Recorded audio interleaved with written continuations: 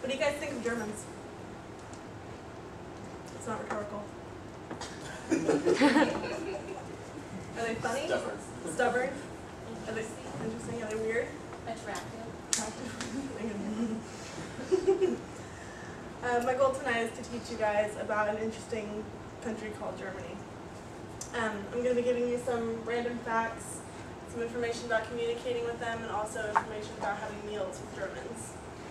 My sources are Traveling to Germany, Do's and Don'ts by German Travel Guide, Do's and Don'ts in Germany by Lonely Planet, and my family friend Fritz, who grew up in Kassel, Germany.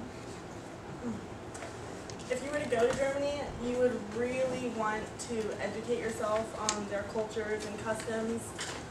So I hope to help you with that, because Germans historically don't like people who are different.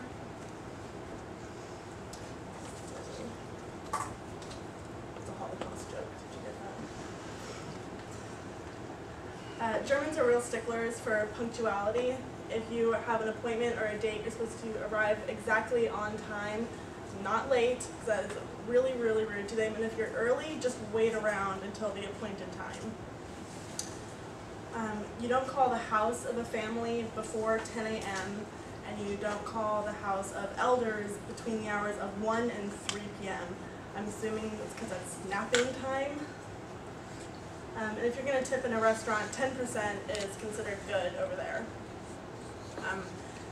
I feel like a lot of people think of Germans as a drinking sort of people, and while drinking is common, being drunk is not. So you either have to be aware of your own limitations or just hide the fact that you're getting really messed up. It's illegal to travel without a valid form of ID, so if you are traveling, you have to have your passport on you at all times. And no one really takes credit card or debit cards, so you have to be sure to hit the ATM and stock up on cash, because otherwise you'll have nothing to do. And you don't bring lilies to a date or a dinner, because those are the flowers of funerals.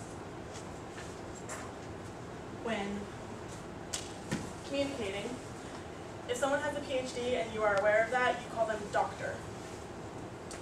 Germans don't like unproductive chit-chat and just shooting the breeze about the weather. They like to discuss politics and philosophy and make your opinion known and be clear and concise about it. When eating meals with Germans, if you're going to be drinking, you start off by saying Prost, and you look your drinking partner in the eye while you do this. If you're just having a meal, you say Guten Appetit, which means have a nice meal, and to respond to this, you say Danke gleichfalls, which means thank you, you too. Even if you're in the house of a good friend, you do not permit yourself to open their fridge. That's like going beyond your bounds and so rude. When you're finished with a meal, you leave your knife and fork side by side on your plate, and you never belch, and you don't leave the table while others are still eating. When communicating with Germans, that's the word, conclusion, not communicating. In conclusion, Germans are serious, composed people who do not burp or chit-chat. They always arrive on time, so I am a horrible excuse for a German. I've given you some random facts, tips on communicating and eating meals, and I'd like to leave you with a quote from a German stand-up comedian named Michael Tim.